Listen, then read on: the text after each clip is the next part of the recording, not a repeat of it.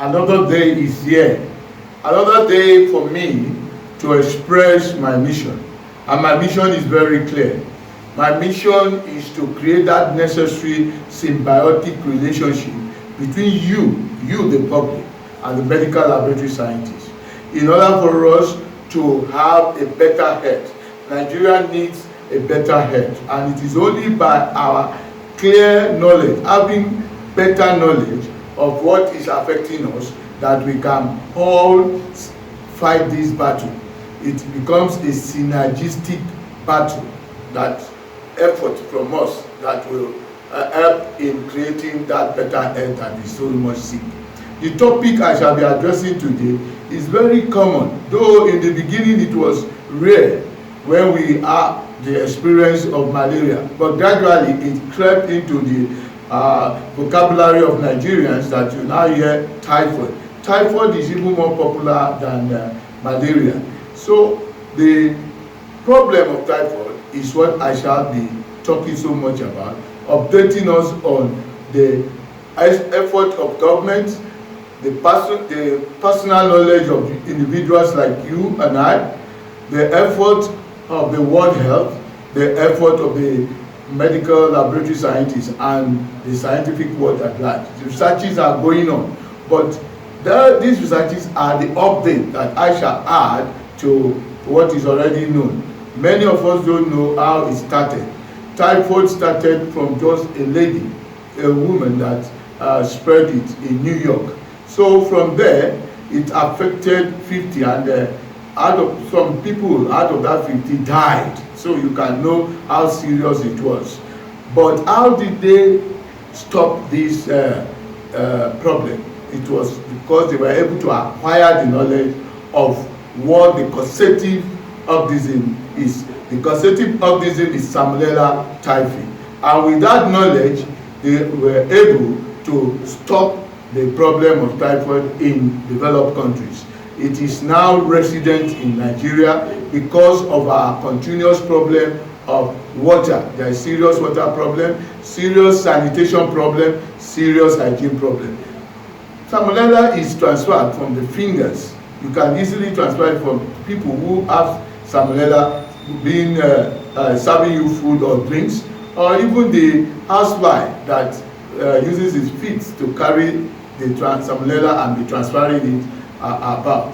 That's why you find cooks and food handlers being tested for Salmonella typhi, so that they will stop the spread of this organism, stop the spread of typhoid. As we go on into the main aspect of it, where I shall discuss fully all the areas that you may want to know, I will urge you to press the like button, press the subscribe button, and every time you will be notified. The content will increase and improve better than this as we continue to make efforts to pass on knowledge, acquire greater knowledge on things that are happening around us for a better health in Nigeria. Thank you. Typhoid is a serious business. That's why I have taken the pains of making sure that I update on this typhoid matter. The outline is as listed. The layman knowledge, the update on government action, worldwide action, medical scientists, the microbiological research, and update on laboratory diagnosis. The layman knowledge, courtesy of the guardian. The patients usually, once the sickness refuses to go, and that's the hallmark of typhoid fever.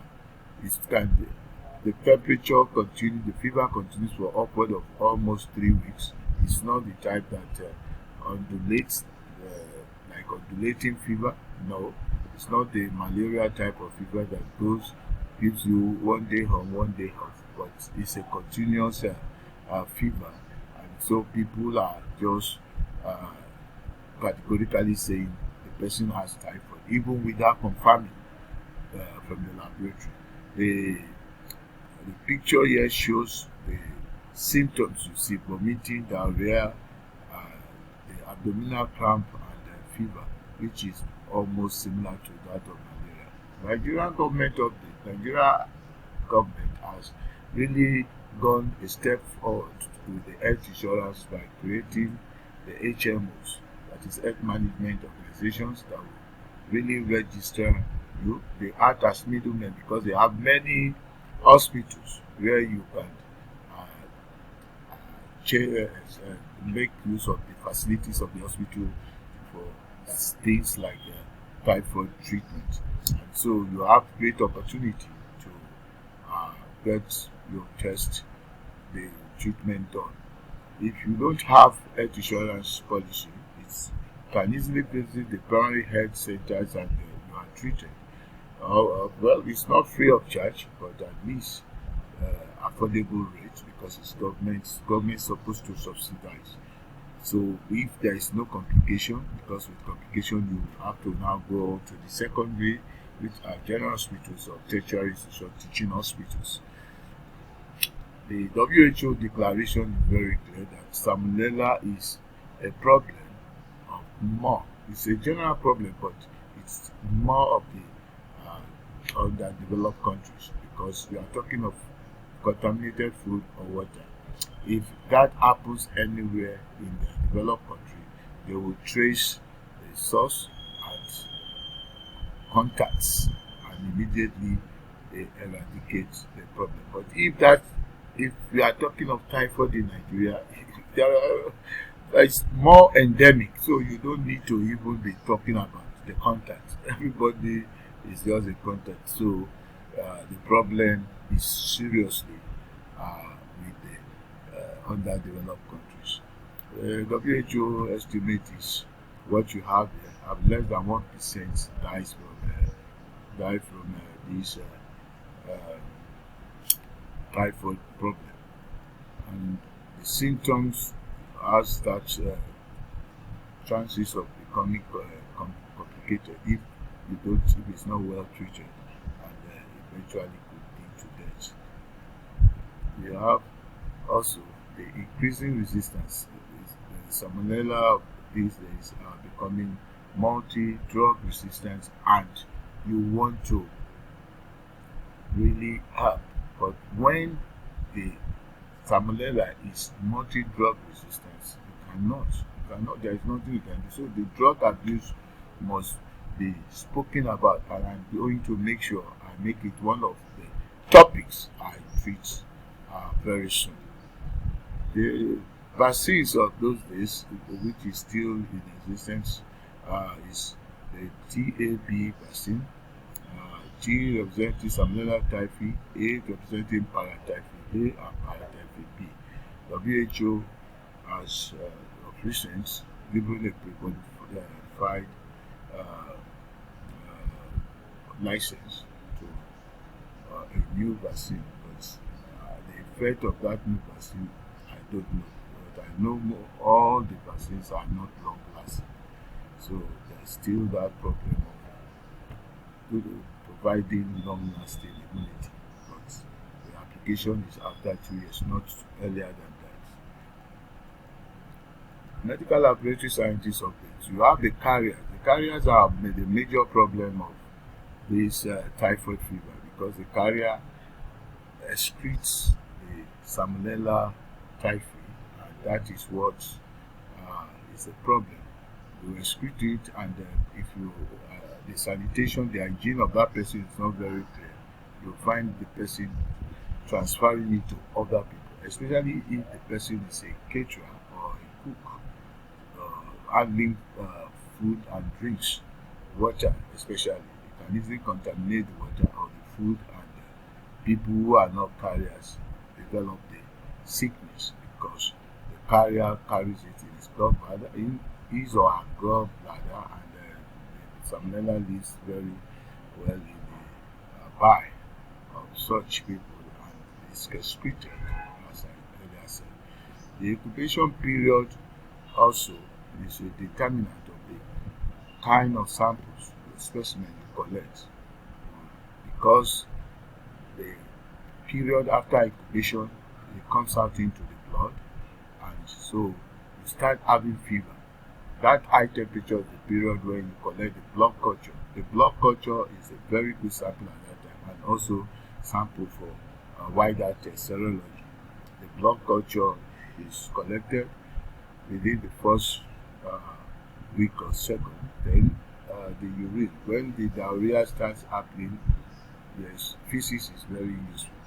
And then after that, you want to have a rising titer by the third or fourth week, because as the thing becomes recognized, the Salmonella typhi bacteria becomes recognized by the immune system. They continue to produce these immunoglobulins that will continue to rise. So the rising titer really confirms that the person. And the other is molecular testing.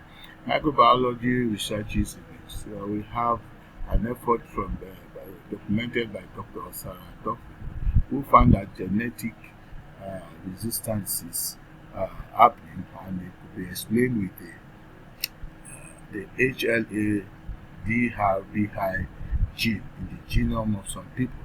This gene codes for a receptor that is important in the immune response by recognizing protein from the invading bacteria. So it creates that resistance, does not allow it to cause any problem. And globally, like I said, typhoid causes 200,000 deaths, but the percentage is relatively low.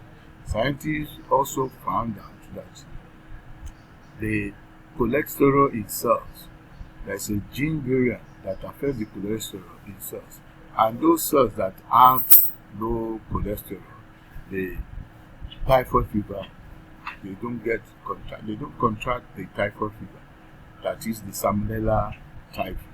They don't penetrate such, but the ones that have high cholesterol level are very useful. So that suggestion of probably using drugs that lowers the cholesterol for people who have high cholesterol could also be very useful in treating the Salmonella problem. Like I said, the first 2 weeks is the period of bacteremia. The bacteremia period, you find the blood in the Salmonella typhi in the blood. So blood culture is very appropriate, and the wider test will also be done at that particular period. The blood cultures of those days, we use brain heart infusion blood, and the bottles are big. The volume of blood we collect are very large, that is up to 10 ml volume. But with recent advancements like this quoted here, the Sigma blood culture system detect gases. You use very little quantity of blood. The volume of blood used is very minimal, less than 1 ml at times, especially from pediatrics, that is children who blood level are not so high. So by the time you collect 10 ml, you are already draining the child. But with this newer blood culture system, you will find that it's so useful. It's so useful to detect the organism by the gas production. The gas production forces the of that area to come up so that up to the bottom, so that you can easily use your wire loop and pick from there and subculture into appropriate agar, and then you can still do susceptibility testing, and very quickly you are done with such patient samples. The other aspect is when I show you this is the very common but to those days, but it is not as long as the neck is not as long as it's more of a universal culture, and we use this is showing the blood culture that will prevent contamination because it goes directly into the blood culture, but unlike the experience of the past where you have to collect the blood up almost 10 pour it aseptically, but it has to have a problem of contamination by hair. But with this, there's no hair contamination at all. You can see it goes in. So you are not talking of any hair contamination when you open the bottle. You don't have to open this bottle. And there's this one too that I was trying to explain. There is a growth in the broth. The gas production forces, gas will always occupy certain area, and when they find the gas will display the volume up, and that's why you find this volume here. This is the area you now culture. This culture is usually having just pure culture, not contaminants, and that is very good for identification. This is starting from the laboratory diagnosis, continuing. The sample you collect is either the urine at a later stage or the stool. On top of wider blood you can collect to do wider tests. The samples are cultured. This is how it goes after 24 hours incubation. You grow them in different plates, especially the one that will allow Salmonella to grow very well. Salmonella is a non-lactose fermenter, and it will appear differently from the E. coli that are lactose fermenters, and that's what you will use, basically the colony shape that you use to really identify it. The microscopy can also be done to show you the appearance, the wet appearance. This is showing the flagella. The flagella is all over the body. We call it petrichaceous flagellates, because it surrounds the whole bacterial cells. So these are the Salmonella organisms, showing how they are highly motile. So when you are able to identify using your microscope and staining, then you can proceed further. After the culture, this is where you do the sensitivity. So you need discrete colonies to really do your paratyphi for identification of the organisms. This is wider test, and because Salmonella is not pathogenic, that it doesn't produce pulses, so it has a kind of way it reduces the lymphocyte count, because pulses are mainly from the neutrophils. The neutrophil, in any infection, you expect the neutrophil to come out to phagocyze the cells. But with Salmonella grows inside the macrophages, and it more or less makes the neutrophil response immaterial. So the experience becomes that you have a leukopenia as a result of the neutrophil or polymorph cells not really having their right proportion when you compare them with lymphocytes. So the count will be low, and the neutrophil will also be very low. So it's one of the identifying features of Salmonella typhi. Also, you can do quantitative and qualitative wider tests. The wider test, when you use the tool, it gives you the titer directly, and you are able to, by doubling dilution, you'll be able to get to 1,640, that is, as we go on 180, 160, 1,320, and so on. So it's like double dilution, and what the result here is showing that it's strongly positive at the lower titer, and as it's getting more diluted, you can see. So the result you take is the titer is 1/160, and it's this rising titer that helps to really tell you, because Salmonella is endemic in Nigeria, or or in any country that it is endemic, you want to believe that almost everybody is positive for the Salmonella typhi. But a rising titer will now tell you that yes, it is truly and honestly that Salmonella typhi is because. But where there is no rising titer, there is no way you can say it's Salmonella that is causing it. And Salmonella has various other subgroups, the paratyphi A, B, C that can cause typhoid fever as well. So the qualitative test which is now displayed also will let you know.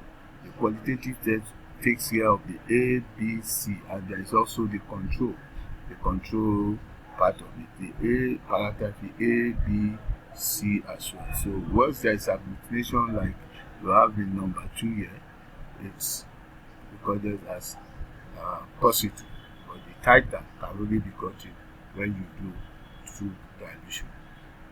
This is the modern methods, the API, the IDS method of really identifying the Salmonella or bacterial organism.